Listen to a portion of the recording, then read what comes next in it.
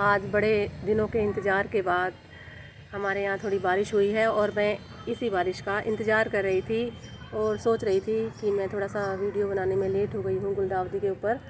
और बहुत तेज़ धूप पड़ रही थी, इसलिए मैं इसको कुछ भी इसके बारे में कुछ बताने और काम करने से बच रही थी। तो फ्रेंड्स, आज थोड़ा सा उपयुक्त मौसम मुझे दिखाई दिया और हो रहा है, तो मैं शाम के टाइम आपके लिए गुलदाउदी के विषय में थोड़ी सी जानकारी आपको दे रही हूँ। फ्रेंड्स, बहुत ही सुंदर गुलदाउदी का पौधा सर्दियों में बहुत ही सुंदर फ्लावरिंग इसमें होती है। अगर आपके पास है तो बहुत ही बढ़िया है और उसकी देख रेख मैं थोड़ा सा बताऊंगी, आप कर सकते हो। और बिल्कुल जो न्यू लोग हैं, नए मेरे सब्सक्राइबर हैं या फिर बिल्कुल नई गार्डनिंग कर रहे हैं, तो फ्रेंड्स ज़रूर आप लेकर आएँ ये वाला गुलदाउदी का पौधा, जिसे क्रिसैंथेमम भी बोलते हैं। बहुत से रंगों में मिलता है और ये दो तरह से उगा सकते हैं इसको हम, अगर हमारे पास प्लांट है तो हम इसे अभी कटिंग से भी लगा सकते हैं। तो सबसे पहले मैं बताऊंगी कि इसको आप कटिंग से कैसे लगाएं। मैंने जैसे इस तरह की ये प्लांट होता है, इसकी कटिंग है और ये मैंने एक कटिंग इसी में से ले ली है। ये मदर्स प्लांट है, पिछली बार के मेरे पास है और मैं इन्हें अब नए पॉट में लगाने की सोच रही हूँ। तो फ्रेंड्स, अधिकतर सारी पत्तियाँ आप हटा दीजिए, क्योंकि आप पत्तियां हटाएंगे तो पौधा अपनी जड़ें बनाने का काम करेगा, नहीं तो वो पत्तियों की ग्रोथ में लग जाएगा। इसलिए हम पत्तियां हटा देते हैं।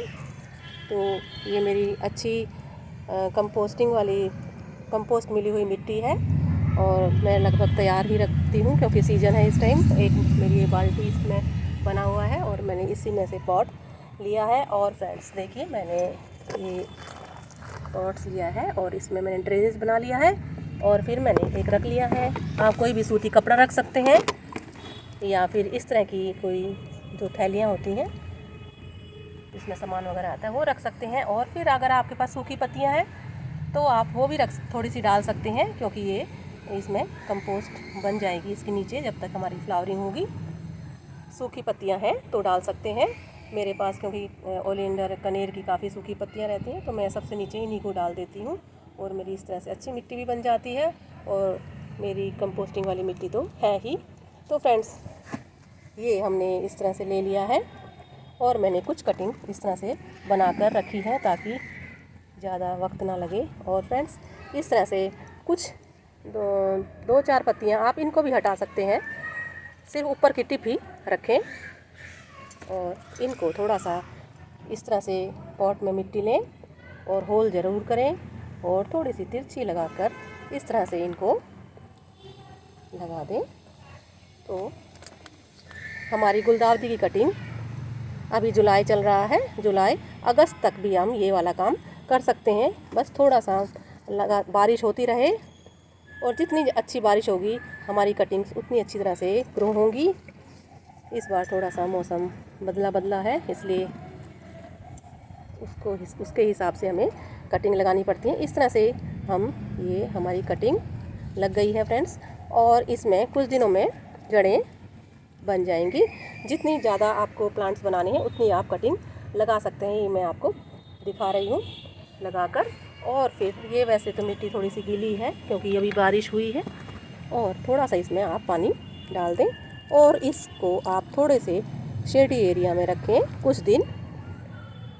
और जब ये बिल्कुल खड़े हो जाएं, अच्छी तरह से हरे भरे लगें, इसका मतलब है आपकी कटिंग चल गई है। अगर थोड़ा सा मुरझाएं तो भी इंतज़ार ज़रूर करें, क्योंकि ये लग जाएंगी, क्योंकि इनका सीज़न है। सीज़न में प्लांट्स अपने आप ही सर्वाइव करता है और वो प्लांट्स बनने की कोशिश करता है। इसमें जड़ें बन जाएंगी।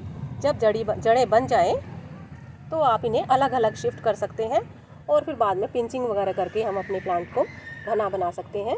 ये तो हुई कटिंग की बात। और फ्रेंड्स, हमारे पास पुराने प्लांट्स भी होते हैं, तो अगर वैसे तो आप नए हैं, तो अगर आपके पास एक प्लांट है तो आप उसे इस बार अच्छी तरह से ग्रो कीजिए और पिंचिंग वगैरह करके उसको अपने प्लांट को बड़ा बनाइए। अगर आप चाहते हैं, जैसे मैंने ये बनाए हैं, तो आप एक टहनी लेकर प्रयोग ज़रूर कर सकते हैं और करना भी चाहिए, तभी आपको आएगा। तो इसकी एक कटिंग लेकर इस तरह से प्रयोग कीजिए। और मैंने अभी इस पॉट में मेरी गुलदाउदी लगी हुई थी, मैंने इसे निकाला है और ये फ्रेंड्स देखिए इसकी जड़ें। अगर हम इसी प्लांट इसी पॉट में इस प्लांट को रखते हैं तो ये इतनी सारी जड़ें इसमें पहले से ही बनी हुई हैं, तो हमारी फ्लावरिंग होगी तो सही, पर बहुत अच्छी फ्लावरिंग नहीं होगी। तो इसको हम अलग अलग तरह से इसके बहुत सारे प्लांट बना सकते हैं। तो मैं आपको भी थोड़ा सा इस तरह से दिखाती हूँ, एक हाथ से कर पाऊँगी। ये देखिए,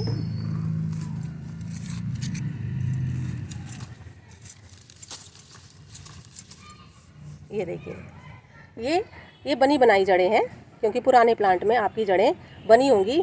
बस ये है कि आप नई मिट्टी में अपना ये प्लांट दोबारा से अगर लगाएंगे तो आपका प्लांट बहुत ही अच्छा बनेगा। अगर आपके पास ज़्यादा गुलदाउदी है तो थोड़ा काम तो आपको करना ही पड़ेगा, अगर आपको अच्छी गुलदाउदी के फूल लेने हैं।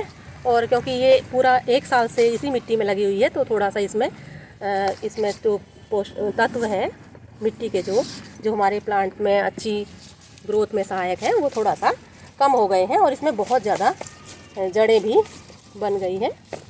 तो ये है, और इस तरह से जो भी इसमें सूखी हुई पत्तियां वगैरह हैं आप उनको निकाल सकते हैं और पीले पत्तों को भी हटा सकते हैं। और फ्रेंड्स, ये हैं जड़ें, ये देखिए पुराने पेड़ की जड़ें हैं, और इनसे आप 8-10 प्लांट आराम से बना सकते हैं। मतलब 7-8 तो बना ही सकते हैं, लगभग 3, 6, 7, 8 के करीब बना सकते हैं। और हम इनको, अगर मेरे पास तो बहुत सारी गुलदाउदी है, और तो मैं इसको सारे को या तो 2 भागों में बांट दूं या एक ही उसमें मैं इसको लगा देती हूँ। तो फ्रेंड्स, ये मैंने एक पूरा झुरमुट ले लिया है, और हम इसको, इस पॉट में मैंने मिट्टी ली है आधी भरी हुई, आधी मैंने इसलिए ली है ताकि मैं दूसरी ऊपर से मिट्टी और डाल सकूं। और क्योंकि मैं अकेले ही सब कुछ कर रही हूँ, तो थोड़ा सा आपको दिखाने में थोड़ा सा हो रही है दिक्कत। ये देखिए, ये मैंने ऊपर से मिट्टी डाली है, ये देखिए, थोड़ा दिखा देती हूँ मैं आपको। ये इस तरह से लगाए, बीचों बीच आप लगा लीजिए अपने प्लांट को। इसमें 3-4 मेरी जड़ें बनी हुई जो गुलदाउदी के प्लांट हैं वो लग गए हैं, और ये बाकी बची हुई ये है, इनको आप अलग से भी लगा सकते हैं। और फ्रेंड्स, इस टाइम आप किसी को दे भी सकते हैं। आपके पास कोई एक रंग की गुलदाउदी है तो आप किसी को दे सकते हैं, और दूसरे रंग की किसी से ले सकते हैं। तो गार्डनिंग में इस तरह का काम भी आप कर सकते हैं।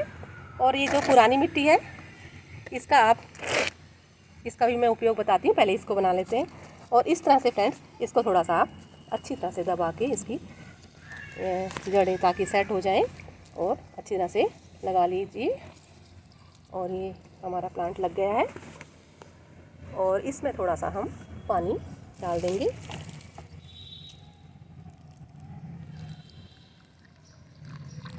तो फ्रेंड्स, ये है, इस तरह से आप लगा सकते हैं अपने पुराने प्लांट को नए सिरे से, नई मिट्टी में। पॉट चाहे वही ले लें, पर मेरे कई बार 2-3 साल हो जाते हैं तो पॉट भी पुराना हो जाता है या टूटने वाला हो जाता है, तो चेंज भी कर सकते हैं। इस टाइम पॉट मैंने नए पॉट में लगा दिया है। फ्रेंड्स, ये है तरीका गुलदाउदी लगाने का, जो पुरानी गुलदाउदी है, और ये है कटिंग लगाने का तरीका। इस तरह से हम गुलदाउदी को इस टाइम पर 2 तरह से लगा सकते हैं। और मेरे पास बहुत सारी गुलदाउदी हैं, और मैं फिर धीरे धीरे इनको लगाती रहूँगी। और ये एक पॉट में और है, मैंने सोचा था कि ये मुझसे नहीं हो पाएगा, तो मैं ये वाली इस्तेमाल कर सकती हूँ। और इसमें जो भी आपकी इस तरह की सूखी हुई टहनियाँ वगैरह हैं, इनको आप हटा दें, काट दें, और सूखी हुई पत्तियों को सब हटा दें, और नए सिरे से जिस तरह की एक नया प्लांट लगाते हैं उस तरह से आप गुलदाउदी के नए प्लांट लगाइए। मेरे पास बहुत सारी गुलदाउदी के प्लांट हैं, और मैं धीरे धीरे इनको जैसे जैसे मौसम आएगा तो मैं इस तरह से लगाती रहूँगी। तो फ्रेंड्स, यही थी जानकारी। गुलदाउदी ज़रूर लगाएं, और अगर आपके पास नहीं है तो नर्सरी से ज़रूर लें। और उसके बाद हम इस पर समय समय पर बातचीत करते रहेंगे, इसकी देखभाल कैसे करें। तो फ्रेंड्स, लगाइए गुलदाउदी, और फिर दिसंबर में इसके फूलों का ले सकते हैं हम आनंद। बहुत ही सुंदर फूल आते हैं friends. Thank you for watching.